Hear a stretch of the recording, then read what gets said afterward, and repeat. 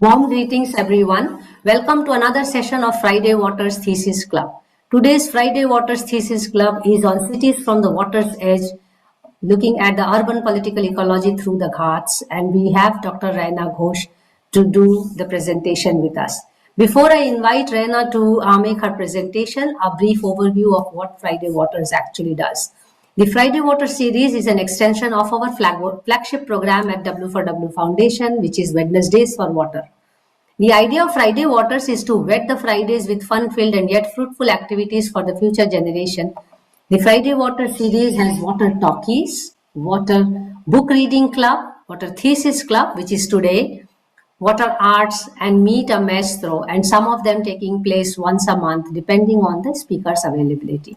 The focus of the Friday Water Thesis Club is on bringing students and scholars who have done or are researching some aspects of water matters, and we bring them into the session in order to discuss with them their identified problems, aim, objectives, methodology, research design, field work, findings, and learning. We have had actually doctoral students, just graduated doctors, postdoctoral students, even master students, some very good thesis projects which are around water.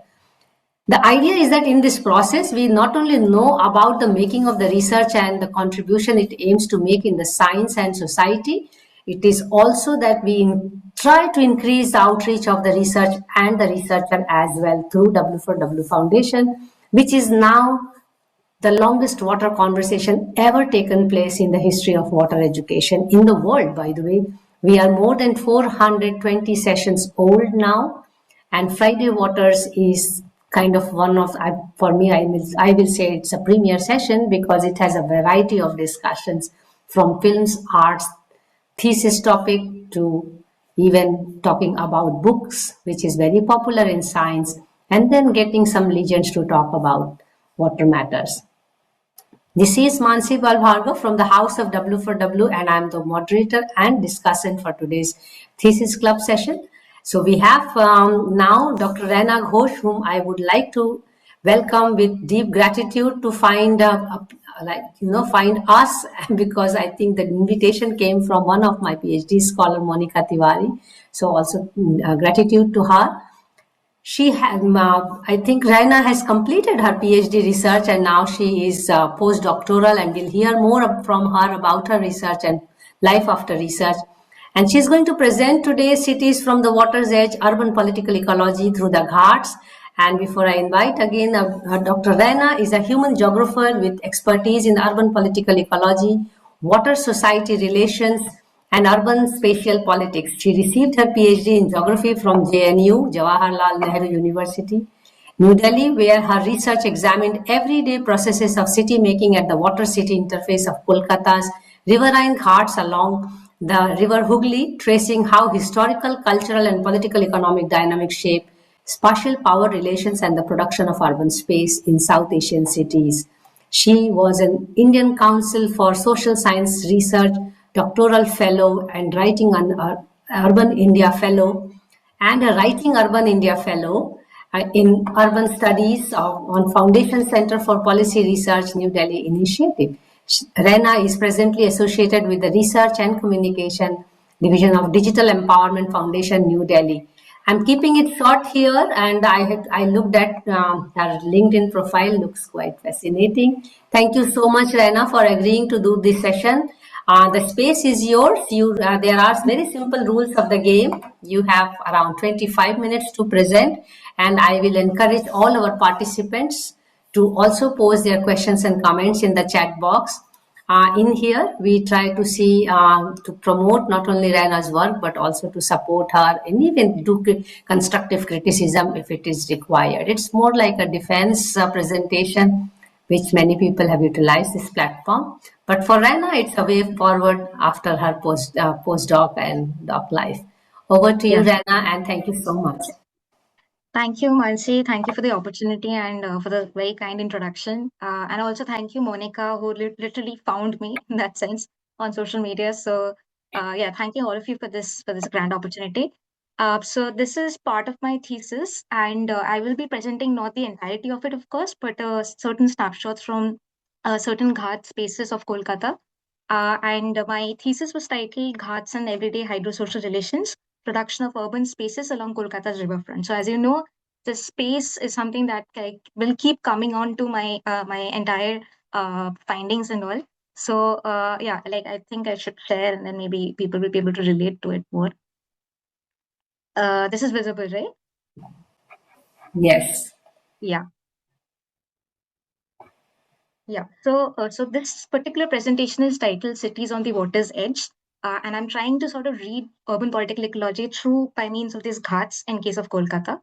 And I want to acknowledge both ICSSR and JNU for supporting me in course of my fieldwork, both through funding and all the support. So I'm sure like all of you are familiar with concept of ghats. These are basically steps that lead down to the river. Now, I look into four such transit spaces of the Ghats. By transit, what I mean is that it's the space of the Ghat between two consecutive Ghats. And I felt this space was very important because if you sort of consider the how riverfront sort of comes in the collective imagination of a waterscape in Bengal, it's actually not really the river per se, but something which is more connected to the Pukut, the Ghat, the Cheel, which is basically loosely translating to the small and large ponds and marshes. So everything brings together the entire waterscape of Bengal Delta. And this has over time culminated into the growth of a multiple social material infrastructures along the riverbank and the riverbank land in specific. So therefore, my focus on the space part of it becomes very important here because all the practices that you see there are sort of conditioned by the ecological rhythms of the river, say bathing, the ferry, the cremation, the number of shrines that have grown up because of the reverence that's given to the river in particular, and of course Ganga in specific. So it's also the site for vending, leisure, and also space for shelter for many squatter settlements. So all of it makes it a really interesting site for inquiry in terms of reading it through political ecology. And why I'm choosing political ecology, I will come into the later slides also. So just to give you a brief, like three of my sites were there within the Kolkata Municipal Corporation, which is the like the municipal area. And one site was a little south of the city, which was in the development region, the metropolitan development region, which is the planning region of Kolkata. So little on the suburbs. So the kind of the premise that I start off with is that Ghat, if you consider Ghat as a very specific form of waterfront imagination, like a land-water interface, so it gives you an entry point to answer the very larger political economic questions, and that to a different scales how it is operating, particularly contributing to understand the urbanization process of the global south. And I asked three questions for this particular presentation, even though I had a lot of other aspects to cover in my larger thesis. But three primary questions that I'm going to answer today, which is like why really study Ghats or really study cities through an urban political ecology lens? What additional merit does it sort of give you? Second is to like what does it mean specifically for Kolkata and the river Hooghly in particular? And what do Ghats offer in reading the urban at large from the global south?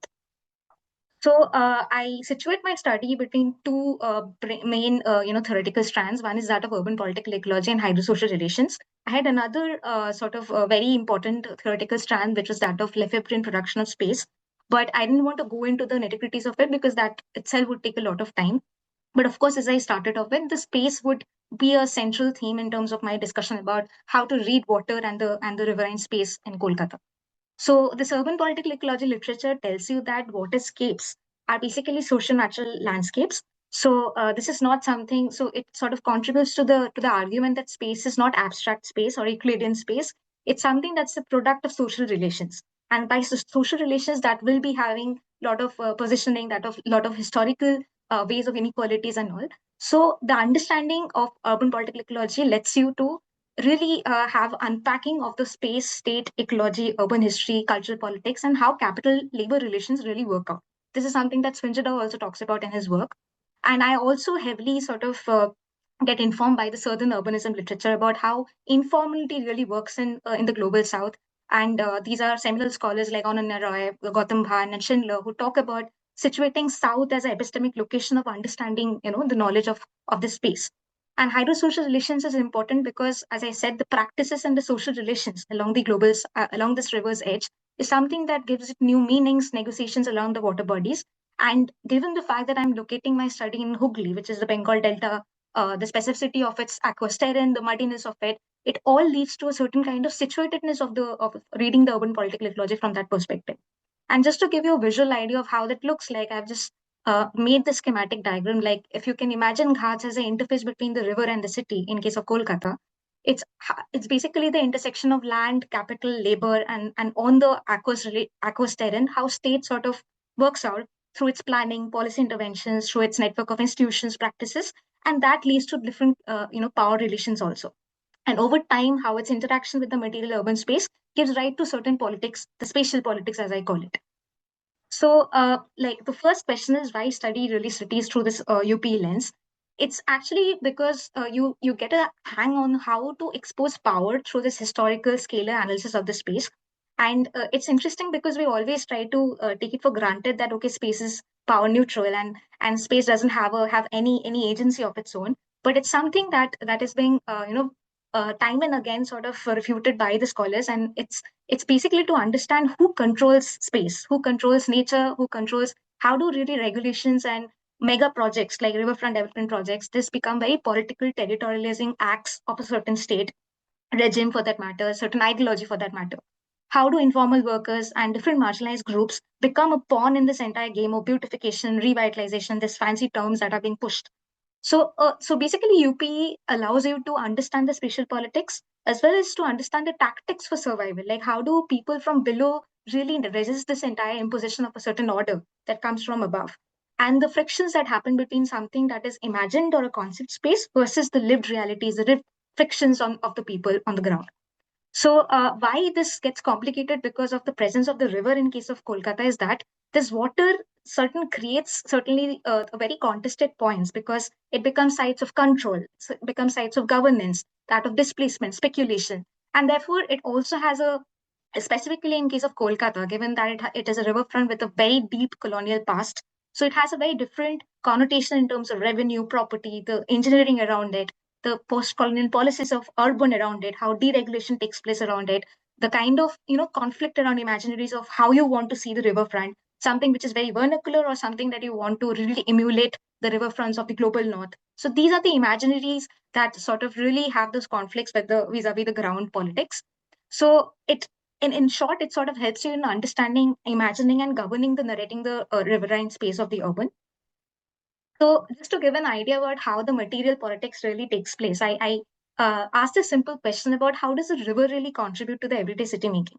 And the simple answer to this is the materiality of that river and the land-water interface sort of brings together certain aspects of the conditioning around labor and economy, the ritual and the faith that sort of gets associated with that space, the design of the ghat, the urban form that develops along the riverfront, so all of it can be sort of categorized very, I mean, I know it's a very reductionist thing, but still categorized into these ecological, economic, infrastructure, sociocultural, and political aspects of it.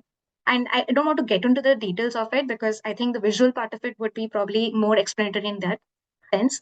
So by using the methodology of simple case study, which Yin sort of talks about from 2003, so I chose, as I said, 4 transects and I was doing ethnography for 10 months. Primarily, I was using both non-participant observations and in-depth walk-along interviews because a lot of the space is actually a working class space. So it has a lot of labor groups, and you really can't expect them to give you, 1 hour, 2 hours of negotiating their work. So these were more walk-along interviews where I was walking along with them and trying to understand how they perceive the space.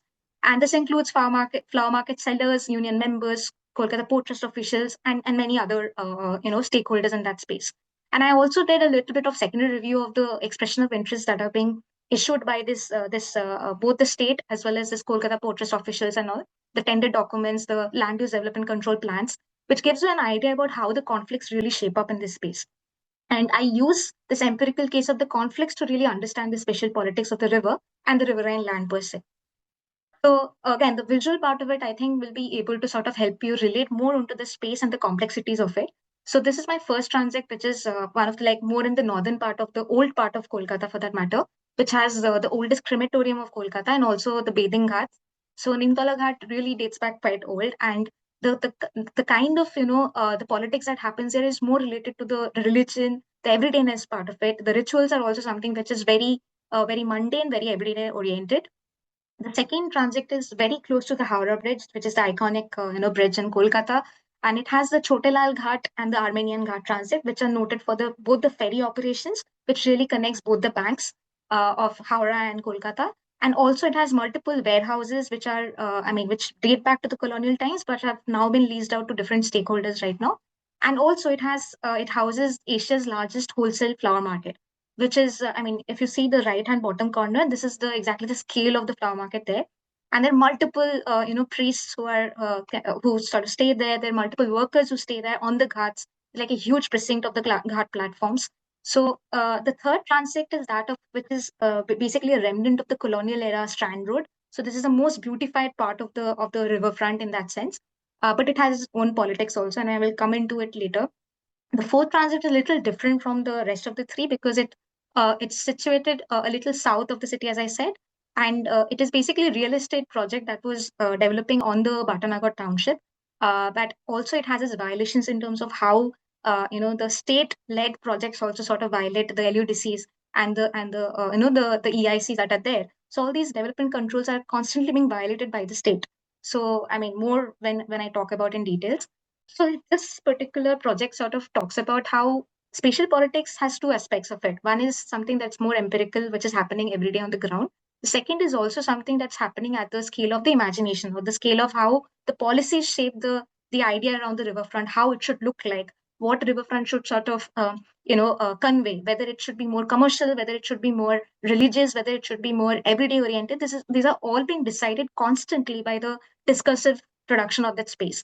And if you sort of roughly divide it into the three eras of, say, pre-colonial, colonial, and post-colonial, you see how there's a very clear-cut, transitioning of how this discursive idea of the riverfront also is changing. Say, the nature of land, water, surface back in the pre-colonial times was something very organic in nature. So it was more community fishing and boating rights, and there were multiple communities which had a claim on this space, which were mostly subaltern claims on this subsistence-oriented space.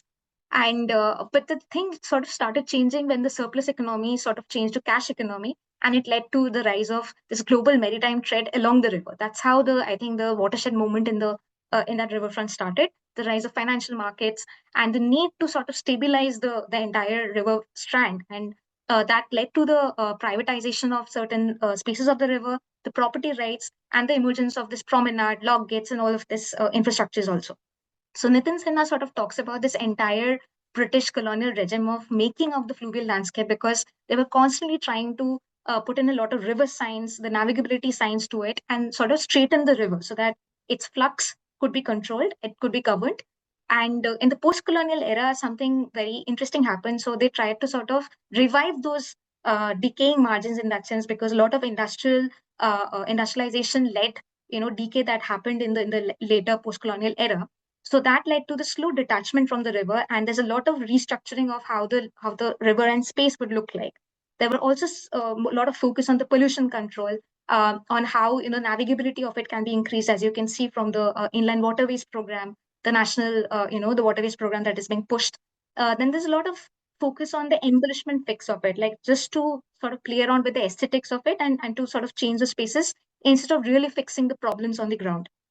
And the managerial language that is being pushed by the policies, like how to govern, how to sort of manage rivers from a very entrepreneurial point of view.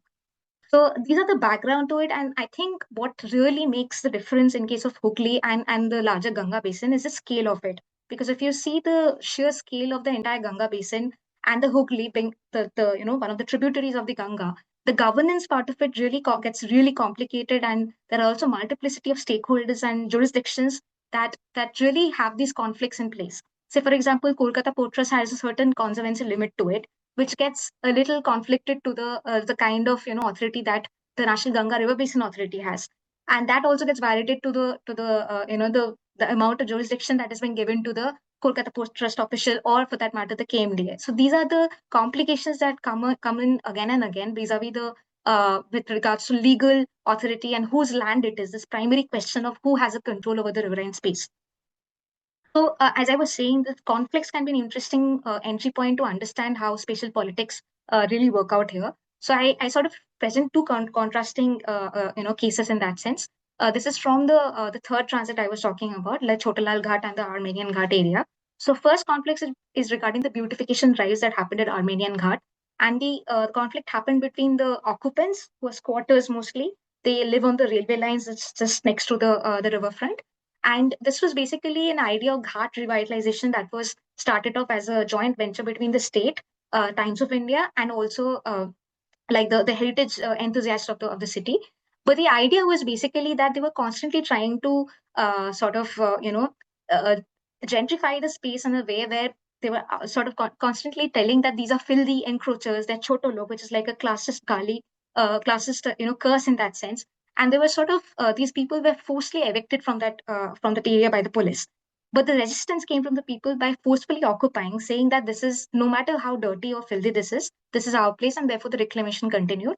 But on the other hand, there were people who were being forced, again, this eviction part of it could not be sort of controlled, because there were other political formations going on. Say, for example, between the flower market traders or the union and the party youth, which is who are affiliated to the ruling party regime right now.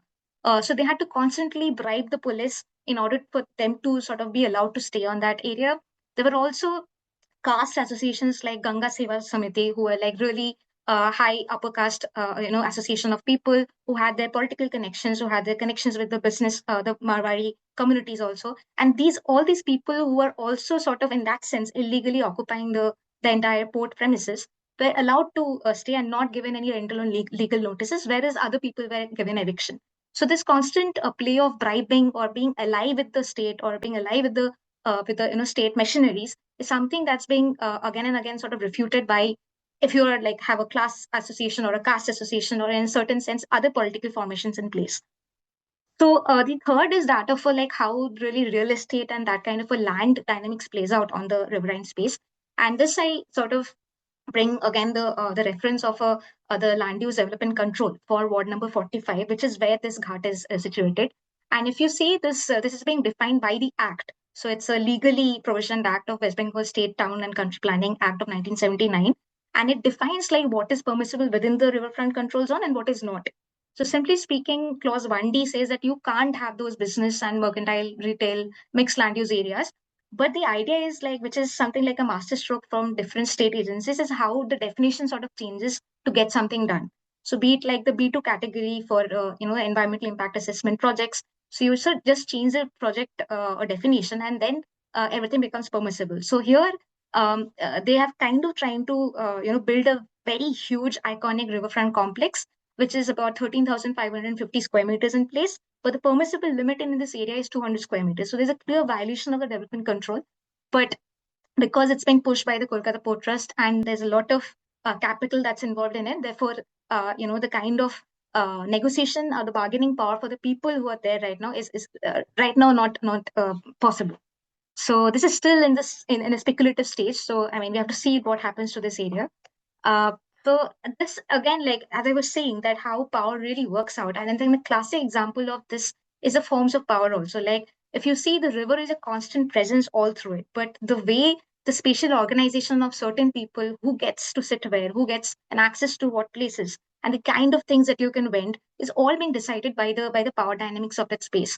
So if you sort of consider the labor power relations and who gets a place, the question that I was asking is also something which is mediated by caste factors. So, for example, domes, which are the people who work for the crematoriums, the Koibortos, the Mallas and Mutias, who are basically working for the either the boating community or the fishermen community, and the people who sort of carry the loading and the unloading of the entire the bulk of the storage there.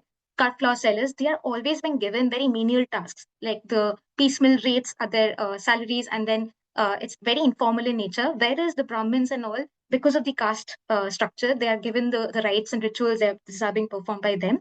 And the spatial organization of who gets to sit where is also something decided by the hierarchy in the prime this bending spots. Like the people who are a little better off gets the more bargaining power in terms of getting the more better spaces, whereas the other people like the very low marginalized people, they have to sort of locate themselves in the peripheral spaces of the bridges. Like they have to squat on the ghat premises, as you can see on the top right corner.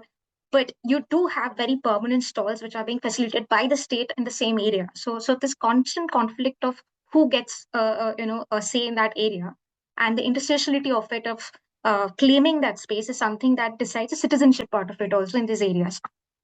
So, like just to conclude, because I don't want to drag it into and I want to engage more on the questions part of it. So even though the river really has a linear scalar presence to it, I think the material politics of this Bengal Delta and the specificities of how caste plays out, how really the political regime sort of plays out, how culturally people are very sensitive about certain things, really shapes about how the power really works out in these spaces. And there are also counter claims vis-a-vis the position that you sort of occupy historically in that area of society.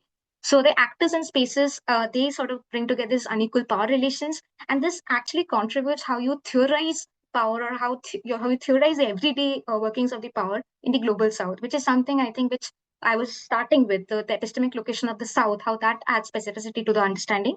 So informality, as I was saying, like paying the bribe, this is something like a classic way of clandestine ways of really negotiating power in that sense.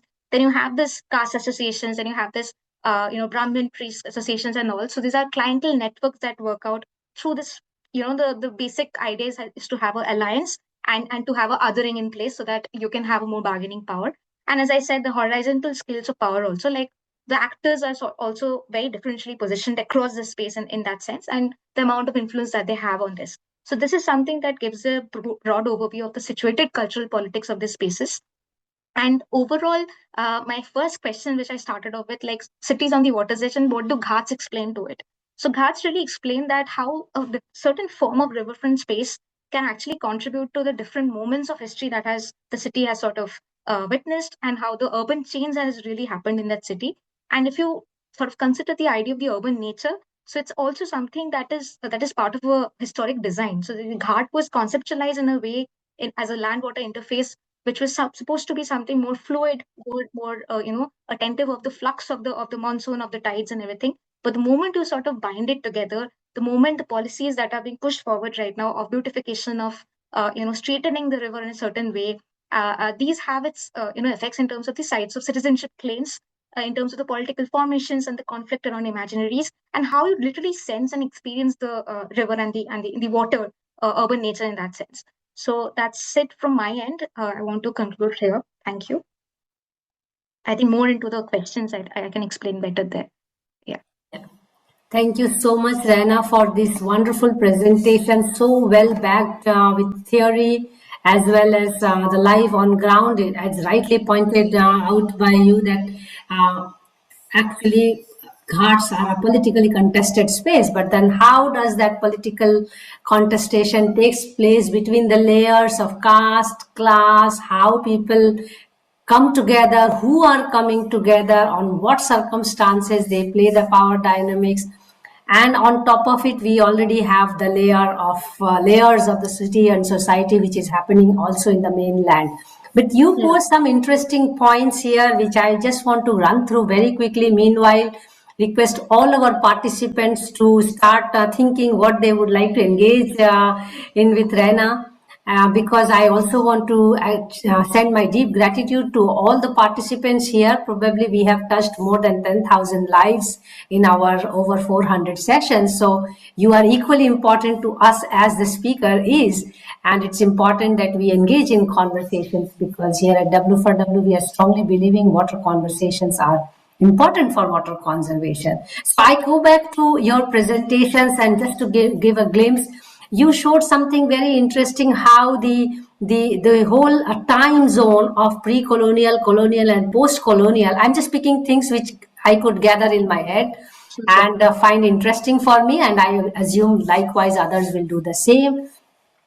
The very idea of making the riverfront and making the public space out of it, which was there since antiquity, but designing it in such a way as in who is going to do what and where. And there is also a technical side of it to really protect the mainland from the might of the river, which is I mean, we bring it from Varanasi, because everywhere when we talk about riverfront, the first image we have in our mind is Varanasi's thing, the picturesque urban scape. Yes. But what is interesting is that it is built over time, and nobody designed it.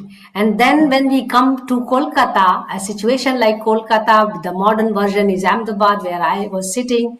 Right now I am in Wilhelmshaven in Germany, where the whole waterfront all over Europe is like an imagination. So you put very two important words also here, which I want to bring forth here, that two things are happening. One is something which is happening on the ground, and then there are certain things which are happening in imagination, and where planning and policy becomes part of imagineering, the planning and policies. And at some point in time, Hooghly was itself designed and built like a ghat the way it is today. Then people claimed their place and position around it. So who will do what and how, and then get coming together. What was also interesting when you were talking about its governance side of it, that how over in the post-colonial time, the embellishment of the very idea of river aesthetics was brought into picture, which also had some bit of detachment from the people, from the community with the river, their understanding, but at the same time we had new definitions or new ways of working around it. And I think the important pick from your presentation for me is that how conflicts help us understand the whole politics of, or how the space works, how the spatial politics really also defines the other politics around it, and how people claim the space. What are the dynamics which are at play when they are claiming the space? So this is in nutshell I could gather, because I'm not here to present your whole work, but just together. So the very important part of your presentation to put us in through that urban political ecology and the hydrosocial relations you put forth in the theoretical part, and I would like to start my question from there. And meanwhile, again, I am reiterating the fact that if people have questions or comments, you have both the choice. You can put it in the chat box, and you can also put your digital hand. You know that Zoom has that digital hand. You can raise that and we can go for it. I can invite you on in the discussion. So when you talk about these two major, I will say your attributes of theoretical framework, or you call it roots, you do talk about the social ecological landscape and how water and social are constituted mutually in this whole process, where making and remaking is kind of the process you are talking about. So when we are going into this consolidation of ghat, and I'm sure you are aware, the modern interpretation, I mean, even it is post-colonial, we are in this contemporary time, the interpretation of ghat is, it's getting too institutionalized and formalized. And I assume during the colonial time, it was really not imagined in that situation.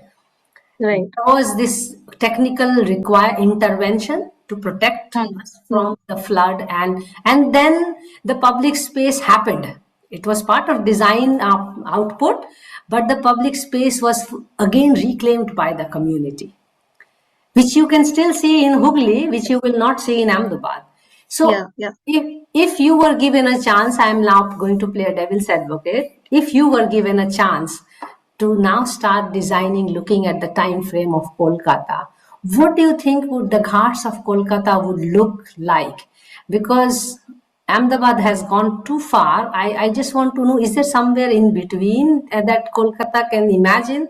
Because eventually I want to first start with the imagination, then go to the ground. Right. I think the classic, I mean, I don't want to sort of romanticize the past in that sense. Yes. That's something that's definitely not my point. But I think there's a merit in understanding how the people, develop their practices around it. And the once you start recognizing and acknowledging that everydayiness of it and the close relationship that people have developed, I think you get a sort of hang on. I mean, just to follow probably Patrick Geddes' way of planning Yes. things, like how you get into the streets, you understand people's culture and what people are really fond of and people practice in that sense. Therefore it's easier to sort of embed it within the behavioral part of it. So I think the very I mean, each geography of it is very different. So for example, Yes. Ahmedabad has a very different geography than for that matter of Varanasi, or that for that matter of Kolkata. But Kolkata. having said that, I think what is so unique about the tropical belt of rivers is that of the flux and the monsoon part of it. So I think the very idea of ghats the steps. This was basically to take into account that flux, to take into account that the river will sort of spread itself and again contract itself during the lean periods. And this flow was something that's true for even like the mountains in that sense. So the Yes. idea was the river for room. I mean, that's I think sorry, room for the river. So this was idea that I think is particularly something that I want to really follow. That let the river sort of spread itself and contract itself, and of course the beautification part of it or the aestheticization of it is something that comes sort of complement to the entire technical part of it, which is controlling the river in that sense.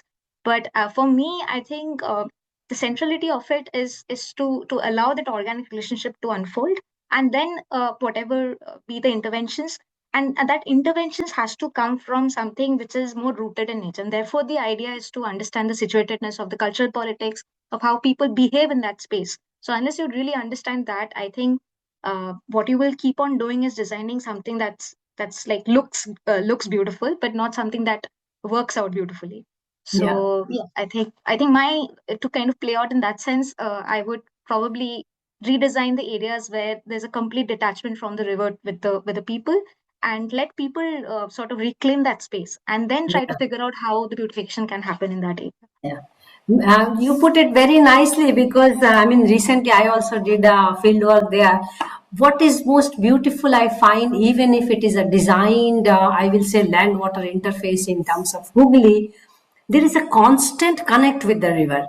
There are Yeah. very few locations, at least in the Kolkata Municipal Corporation stretch of you took 4 transects, and we were doing some water pollution research. We took 11 transects cross sectional. You took in the bank Right. side of transect, Right. Right. took across the reverse transect to measure pollution, plastic pollution, to be honest.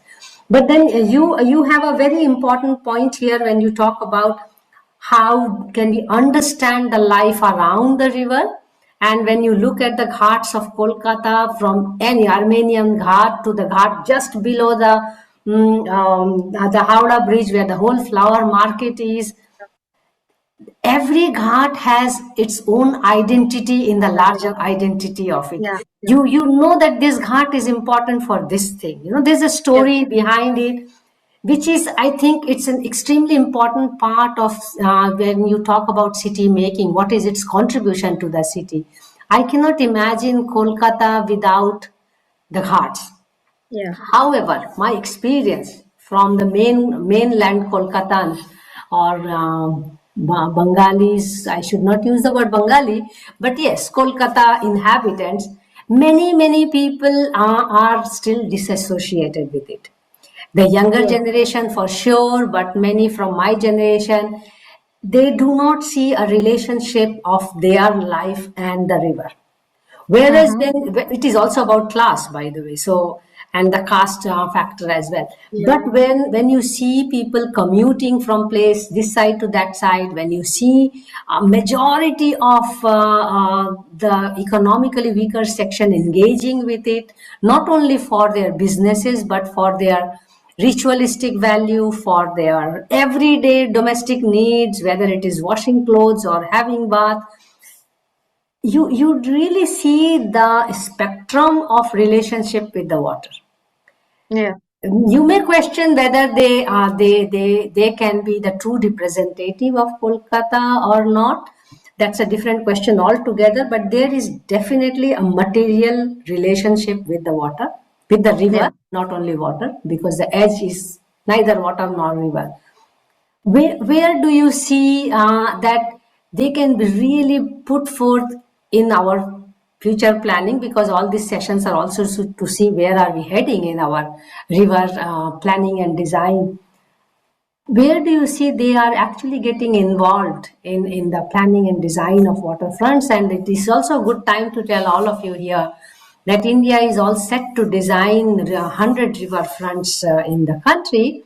We are doing our Wednesdays for Water session on riverfront series. So we have series actually. On the 3rd of December, we are going to have the mother session, which is the Ahmedabad riverfront session.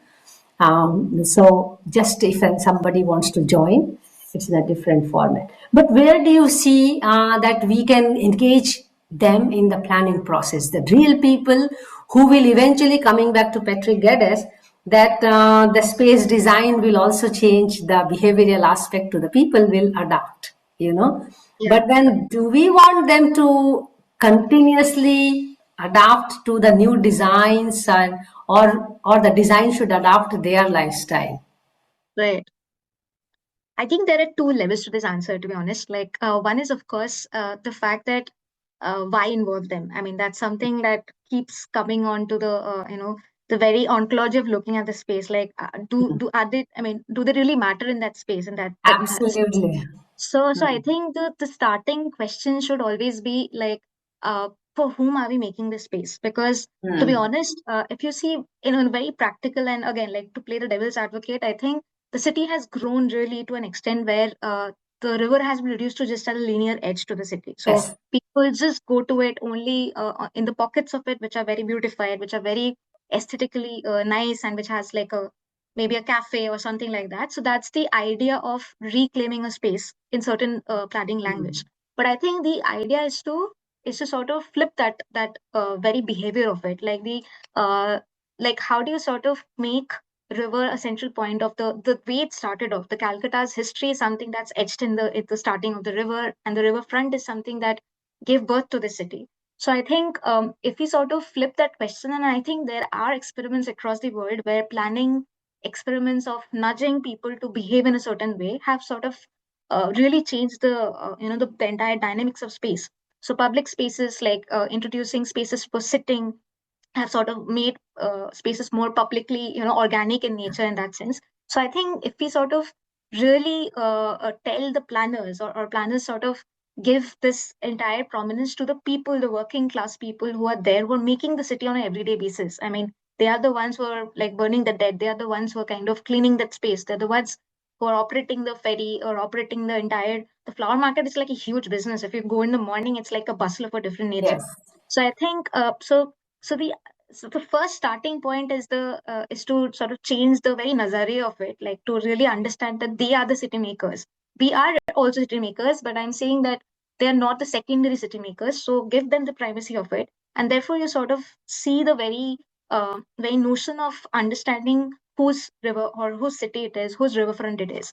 And then I think the idea is to sort of co-plan or co-design in a way where it can be more participatory in nature, and you can sort of explain to these groups also that what is a merit of maybe intervention of a certain kind. So for example, installing a certain zero waste crematorium, something like that, and what is a merit in that. So I think I'm sure that a bit of logic, a bit of empathy, a bit of a very careful design planning is something that can contribute to this co-designing of this entire space. And there are experiments across the world which have shown like that. So Yes. it's the intent. It is also the. I mean, think about like I don't want to again romanticize anything, but in the sense, like, look at New York, how it is changing. The politics of it is changing because the certain emphasis on the urban poor. So I think it's all about how you see to the extent the reality of it. It's a very ontological epistemic question. So the planners should sort of try to really understand that what is the primacy of it. Is it the capital that needs the primacy right now, or is it something else? It is the social justice or the questions of more equity in that sense. I think, uh, I mean, if it's non-negotiable, then I don't think there's any point of talking to them at all. But yeah, that's the answer It to has to be tried, and it has to be also about how the policymakers, planners, designers are even yeah, educated to yeah, take yeah, the. exactly. Yeah, Okay, just quickly, if you may please close your presentation so that you are on the screen fully. yeah, sure. A very simple nudging question before I go to the next question, and again encouraging everyone to post their questions and comments. In Kolkata, the river Hooghly, do you think it is dividing Howrah and Kolkata, or it is connecting? Because this question has been haunting me ever since I did my urban design, and it came very fresh in my mind recently when I was doing my field work, that we were really challenged to do field work on the Howrah side vis-a-vis the Kolkata side. Would you please give us an idea, because what I gather from your presentation also today, that where people manage to reclaim the place or the space for their place making, are more lively, are more living, more contributing vis-a-vis where what I experienced from the Howrah side, where you have very few places where you can even say that they are accessible, livable, or enjoyable for that matter. What's your take on should river be a dividing piece? Because in Ahmedabad, we actually start explaining that Mm. Ahmedabad is divided by river Sabarmati, and you have East Ahmedabad, you have West Ahmedabad. And mind you, in Ahmedabad, actually, East Ahmedabad, West Ahmedabad is also about caste, it's also about class, it's also about occupation, and many more Religion, things. yeah, everything, yeah. What's your experience? Can you highlight this bit about Hooghly and Kolkata, Howrah? Because when we talk about Kolkata, as an outsider, people imagine the whole of Kolkata, which includes Howrah. But Right, right. on ground, it is different. Maybe then I go to Sure. the next here. I have a methodological question for you. Yeah. I think it's an interesting question to be honest. Like, and I feel that a lot of the answer again lies in the historicity of it, in the sense like Mm, Howrah being imagined and planned in a way which is always like a complementary to the, it's like an hinterland which is supposed to be there or function as a supplying agency to the main city of Kolkata. So I think this is why all the industries, all the those kind of supplying agencies are there all along the riverfront, along Howrah to Hooghly, Bangle, the entire stretch. To be honest, if you only go a little upstream of that entire area, you see more organic relationships, as you see in terms of Chandanagar or those mm, places. So I think so these I mean this that's why I'm saying like constantly the historical analysis and the scalar analysis is important to answer whatever present questions we are doing. But at the present, of course, like I think a simple answer would be it connects to the areas where there are bridges, there are like those infrastructures of transportation which are places, like for example Howrah and exactly that area of Howrah and where it connects the Howrah Bridge or maybe the Nivedita Setu or maybe the other the bridges that are there. But in other areas, which are like the interstitial spaces between these transportation links, I think they are all decaying margins in that sense. So I think and that's why I was sort of stressing upon this fact that it's still sort of conceptualized that Howrah will flourish as long as this area of Kolkata will flourish. So it's a trickle down effect of this city vis-a-vis Howrah sort of gets, it's whatever benefit of it. So I think right now it connects at places, divides at places. That's the simple answer. Yeah, because it's a tricky question also in most of the rivers now because river whether it is divided or I Mm. mean if you go out actually many people don't even know that they are sister cities Yeah, yeah, outside exactly. Kolkata. Yeah, And many people in Howrah I met who sorry in the Kolkata side who actually told me they just go to the Howrah side if they have to catch train. yeah, yeah, Otherwise, yeah. Exactly. it's Yeah. not their I city. think that sense of othering and alienation is very sharp in both the population figures. So yeah, Absolutely. that's yeah. And also between the people who are thriving by the edge of the water and the mainland, that othering is also there. Sure, And sure. that Yeah. othering also comes to another level when we talk about designers, policymakers, who are probably, or most of them are not even sitting there, sitting very remotely and going 2 days to talk to the people and then finding out what's going on there.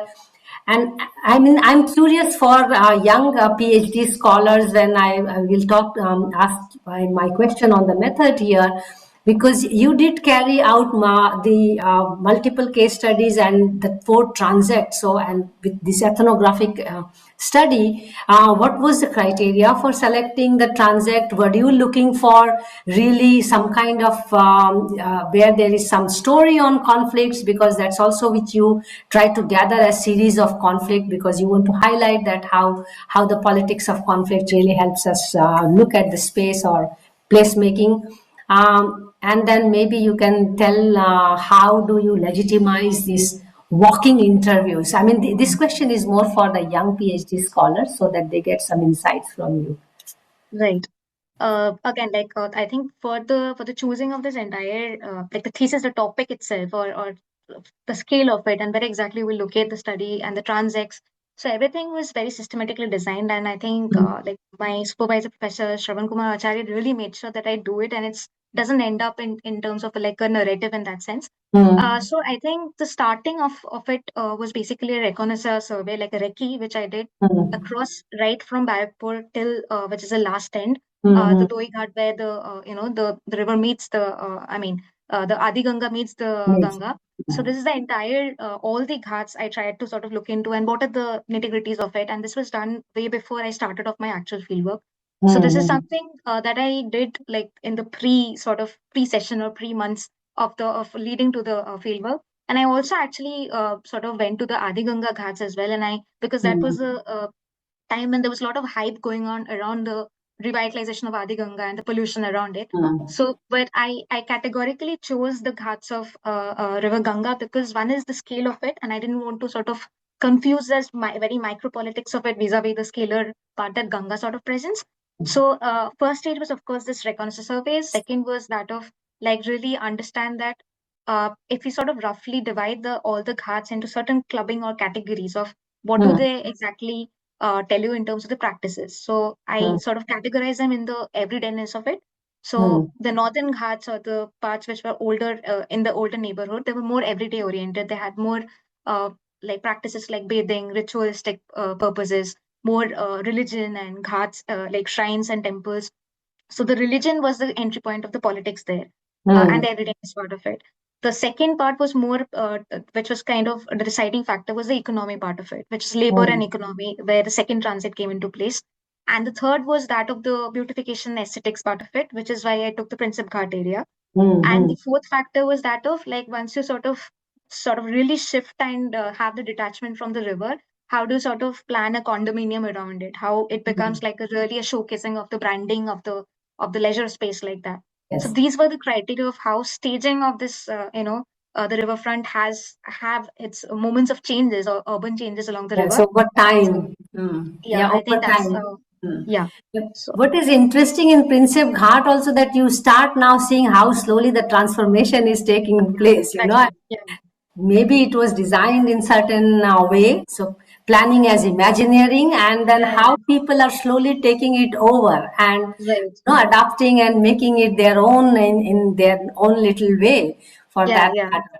I mean, it will be very hard if to see if there can be radical changes. I mean, I'm not wishing mm, for it just underneath the bridge because it's a world by itself. When you walk under the bridge yeah, in the Kolkata side, you can't imagine that you are in yeah, Kolkata. Actually, it's exactly. a Yeah, mini world by itself. yeah, Although yeah, it requires lot of energy and resilience for an outsider to go and understand what's going on there. But I will yeah, encourage everyone that if you are in Kolkata or if you travel to Kolkata, do not miss walking on all both the ghats. And I yeah, took a holy dip as well with local people, which was really nice. Although I yeah, was scared of the flow of the water, but it is worth taking those holy dips yeah, in these wonderful places. But how people have people who live by the water, how they have made it their life, everyday life, which is I think beyond imagination for people who are sitting and doing the planning and the design of it. yeah, And that yeah, is where I feel a big mismatch in the planning process. And you rightly raised the question, whose city is this? Who are we designing it for? And then there is a mismatch. There are people who are designing who are not going to be the end user of it. And there are these end users in multiplies and who do not have much say in the main design aspects. If even if the little nudging can be done, and I see a room for nudging when you talk about the conflicts, because the thing is, as a culturally, we do not see conflict in a constructive way. mm-hmm. And at least one place in the country where we can talk about, I think we both are Bengalis also, so we may agree to this point, that conflict has been seen in a very constructive way in the Bengal culture. Mm-hmm. So, I mean, we have lived long time in a very different political system than the whole country. And there is room for discussion, there is room for debate, and then there is also room for every different ideological values to come together, and we have these big events which brings us all together. So I think I'll pose you my last question, or last but one, if I get more intrigued. You did talk about mapping the conflicts between the between the higher agencies or deciding agencies or the local actors, where union party youth, Kolkata is very well known. Bengal is very well known for youth politics, which I feel very proud of, to be honest. I wish the whole country had youth politics very active, which is not there. Then there are layers of caste. Mm-hmm. I mean, in the conflict resolution process, in the planning process, do you think that the youth or the whole politics of conflicts are going to play a role in the future of river? Or because Adi Ganga was discussed a lot for its design, how it should be designed or not designed for that matter. Do you think they will have a role to play, or they will be considered as part of the planning process? Because it also is about the land politics, which you raised in your presentation, the second part of conflict, because most of the time the river edge is all about land. Yeah, If it is true. not a water body, it is land, and land means it's a more valuable resource scene than Yeah, the water body. right. Let me just hear from you. Yeah, I think if you ask me this question of like the role of youth in terms of Yes, really changing politics around it, I think, I mean, again, like a pretty unpopular opinion in that sense, probably, but I think they can play a role in terms of really hyping around and bringing the discourse back to the discussion. Like, people, really, yes, yeah, in terms of really taking that conversation to people to really have that, like, bring back that what is the merit of really talking about these kind of, politics. I think that's where both, I mean, it doesn't have to be youth only, but people yes, in general, they can play a very important role. And I think heritage walks that have been conducting, yes, very recently, a number of places, I think that has really brought back that discourse into the center of the planning policy again. Like the fact that they are pushing a lot of infrastructural changes, a lot of emphasis on how to improve those areas is because of this kind of parallel things that are going on. But I think unless and until we really give primacy to the, again, I mean, this is something that my position constantly tells me to sort of mm, decide is, unless and until you really sort of decide your politics in terms of where, who's on whose behalf you're speaking.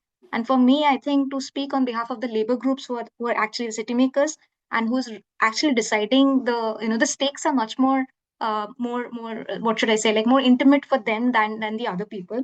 Therefore, as long as you really mask those very immediate concerns, I think it doesn't matter what politics or what change you're going to make. I think so. Just correct the political positions that you want to take, and really have the labor unions who are trying to sort of negotiate these things and make people understand. And what you started off with, the politics of Calcutta and the politics of Bengal really gives that room for dialogue and this kind of a absolutely. thing. So I think that needs to be there. That what are the merits of really challenging the order of that's coming Yes. from above, and not resisting that kind of homogenization that's being emulated from the global north. So I think those are the things that probably youth can really have a dialogue with. That the initiating part of it can be done by the dialogue, but I think overall it has to be like a collective bargaining process. Yeah. Yeah, because when you presented this work, which I understand it is only an ounce of their entire Yeah. research, which is not possible to present in 20-25 minutes, because you raised a pertinent question, and probably that's my last point also here to you, that what can we really learn from this global south way of looking at this land water interface, how people reclaim their choices, and how people can even play a very constructive role in making of the places, and having a say for that matter. And what better example it can be in India than Kolkata? To be honest, I am yet to find another example where people have, it's a relative term, I may be wrong, that people have more say in the entire process than in the entire political process, for that matter, not only making the river front, which was done during the colonial time, as the beautification part came in, or the space allocation part came in. Before that also there was river, it was flowing here and there were some parts of ghats, but then making a very bold decision to really leave a room for the river, and then make a room for the people, so that Hmm. there is this interface where people are interacting with the river. I miss this kind of interaction in the new riverfront designs. I wish we had a better understanding of it, because I'm constantly reflecting from my own city, Ahmedabad, where I am located usually, that after the riverfront is done, we are away from the river. We cannot touch the river. We cannot go to the river. You can only go to the river the time allocated to you, and you have to be well dressed. Animals cannot go to the river, so on and so forth. You Yeah, cannot yeah. do this, you cannot do that. There are a lot of do nots. Then Right. there are a lot of do's. And I Yeah. think if people are not empowered to take that call, what are the do's and do nots? If I cannot go and take a dip in the river, which is possible in Hooghly right now, Yeah. you can just go out and get into it if you trust the water, which I did in my case. I feel we are going to further disconnect ourselves from the very idea of living with the river. It is a privilege to have river in the city, and if you are not being connected to it, I see the complete loss of the not only the identity of the river, but also identity of ourselves to have such a mighty body, which should not stay only in mythology and imagination, but it has to be lived. And Kolkata riverfront is one that is lived every day by millions of people, whether they are outsiders, whether they are native to the place. I mean, I don't know anybody who is traveling to Kolkata as a visitor or a businessman is not taking, we call it in Hindi, matha tekna, not taking a time out to really go by the river and spend that time. And I think that itself is a very subtle example of how we should try and attempt to make people connect with the river.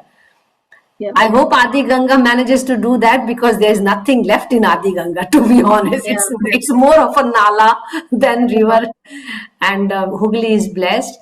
But what will be your message, especially for the younger PhD scholars, when they want to take up these important discourses where politics meets nature, meets a society, and they really want to show up something? It's not only about placemaking, it's also about how to protect rivers or how to protect the rights of the vulnerable community. What will be your message for the younger people to take on PhD head on with this complex subject? And because political ecology is not a favorite subject also Right. amongst people, it also depends on where you are doing your PhD. I Yeah. see some points here as well. So maybe you can take it from the chat box, or we can invite Monica to interact. What's your message for the young PhD scholars who are breaking their head into finding? I think complex topics are interesting, and we should not be aware. I mean, we should not be afraid of taking complex topics and just go into it. What's your say? Yeah. I think, I mean, I have also broken my head quite a bit while, thinking. So I've had this journey. So I'm equally in that same boat. I have crossed that similar paths also. So I think all of you are all in the same. I mean, it's a good, struggle to be in. But I think what really, I would say it was my privilege. It was my, like, really, I had that privilege of being trained in an area like JNU did, and my center also always pushed to sort of think critically. And I think that's where the idea was to never take things for granted. So I Hmm. think just read more and question everything. That's something that the two pillars of, to really start off in the PhD, because you're really doing research and you're sort of taking each whatever is given to you as a starting point, and again searching for it, right? So this research of it, I think, is something that starts off when you read, when you also question, even like very seminal scholars, you can also question them. So don't take anything for granted, and start understanding that whatever is said to you, like even a government policy, can be loaded with a lot of things that can be unpacked, because we all come from very different power positions. We have historically been very differently positioned, right? So like saying things out here, it's been a privilege for me that I can share my stuff. But there are people who probably are grassroots activists who are doing their work on the ground, but they're not able to speak like me. So I think this really creates the power position. So once you really understand that each of us are very differentially positioned, you start questioning everything. So start reading and critically reviewing things. Read more. I think that's the starting point. And don't be afraid of just because probably XYZ has said something, it's etched on the stone. You can always refute it, but of course with logic, with substantial evidence. So I think that's the argument that you need to try building from your end. Yeah. Very interesting point here from Monica, which is very relevant. And by the way, Monica has been with me for quite some time now as one of the pillars of W4W, but also Right. she's doing her PhD. But I could hear JNU speaking from Raina, to be honest, one of my favorite places on earth, which I never had a chance to study, but yes, few times to go as a speaker. She has a very relevant question here, which I don't know whether you will be able to take it or not. The whole idea of drifting into activism. I mean, I disagree with you, Monica, for this matter, because asking question is not an activism, and this is, I think, something which we enjoy being a part of Bengal to large extent, that we were trained to ask a lot of questions. And in PhD it is about asking question, it is not about finding answers, which I see Monica has written. It's you've rightly written, Monica. If you may really join this conversation, it will be nice, because PhD is all about asking questions, not about finding answers. I mean, and if we can learn this habit of asking uncomfortable questions, even that includes, that's good enough. I mean, we don't have answers for everything. I mean, if we had answers, we would have had the perfect society, which is not possible. So, but asking question is also, when we learn to embrace people's viewpoints. For example, we are talking about planning as Imagineering. Instead, planning as a collective process, if the questions are taken from people, we know better that what is required. We may not cater to all of it, but we know better. Monica, do you want to add something here? Because I felt the question was more for me than for Anna. Because, yeah. Actually, I also, while studying everything, so many questions come to your mind. And after that, when you start to write all those points, then you feel like that you are just drifting towards the activism and you are just going in a different field. And then your supervisor and your other teachers and all faculty, they come to you and they just say one thing only: don't become an activist, become first a scholar. So that was my point, like how we can do something. Raina. I It's think a very common topic in JNU. Yeah, I think it's a very important question also. And honestly speaking, like I was, I mean, I can vouch for it. I was never an activist, but I've always questioned and I'm deserving. And I was actually a very shy person, in all through the thing. I was never questioned in that sense, which a lot of my friends would do. But I think, having said that, I would rather put it in this sense that to question is again like not exactly challenging the hierarchy or the status quo of it. It's just that even you can actually present your arguments in a very logical scientific way. That's what basically research and this research methodology, also the art of it, is actually to train you so that you can argue in a very logical manner. That's it. And therefore, so just to question or just to counter present a point doesn't mean that you're actually becoming an activist or you're doing any kind of activism. And in that sense, it can also happen that in the entire process of finding, you conform to whatever is a reality. So that's also possible. So it doesn't have to be that always you're challenging or you're like a rebel into the entire thing. But whatever you say it with logic, you say it with argument. And I think this is something that I mean that's also when you there are courses like structure of writing where you actually take a premise, like when you read something you take it as given and then you try to refute it from the second line itself, like how do entire the logic of sequencing of a semantics also works out. So I think that's how we speak, that's how we sort of write. So this is I mean, just get over this notion of that if I challenge something I will be labeled as a as an activist. So I think we need to really also come out of our inner, these what are insecurities that we all have, and I'm sure like I have also had it, the challenges of institutional navigating those things like supervisory things or maybe even in the center. But I think that once if you can really present your argument properly and with substantial evidence, I think nobody would actually have any kind of question for you. I mean, it's your thoroughness, your depth, your clarity that will speak for your work. So yeah. Yeah, what is interesting is that why are we so averted to being activists? That is, I mean, now I recently had an article presented. Should academicians be activist, or where is the thin line when an academician becomes activist or not activist, or say in the safe zone? This is something, a long conversation which I love to do, because I strongly believe that every academician or scholar has an activist heart. Now, how do you exercise it? How far do you want to exercise it? That's a different story all put together. But yes, during PhD time, your major part has to question things, what is going on, even if it is a positive question. The thing is, we are culturally ingrained a habit that asking question is actually confronting, a kind of, it is not a interrogation, but it is kind of an objection. That is a cultural problem, and that goes into institutional setups as well. And it is also in the house. I mean, when you ask question, if it is not a good question to be answered, it is considered as a rebel. And I don't see any problem in being a rebel if it requires, because history tells us you need to ask question to bring a change Yeah. in the status quo. Whether you ask question or not, status quo will change, but then you are party to that change, or you contribute to that change in a more constructive way. We can talk about it much more, but for now we'll have to bring a closure to the session.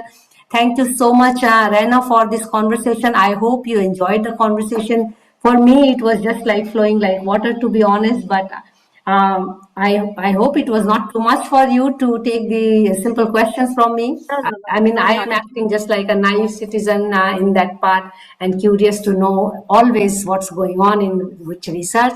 Before I let all of you go, let me just announce that next Wednesdays for water session is on 3rd of December, as I mentioned, is part of the Riverscape series. And it's going to be again at 5 to 6 p.m. IST, and we will discuss Ahmedabad riverfront decisions, design, development, and thereafter. Information on the session will be also on our website www.w4w.in, where you can register and join in, and the information is also in the chat box from us. For now, we will call it off for the day. Thank you so much, all of you, for joining this session. And also, thanks a lot, Raina, for this insightful session. And I wish you all the best for your Thank you future so much. endeavors. Thank you so much. Bye bye. Take care. Bye. Bye.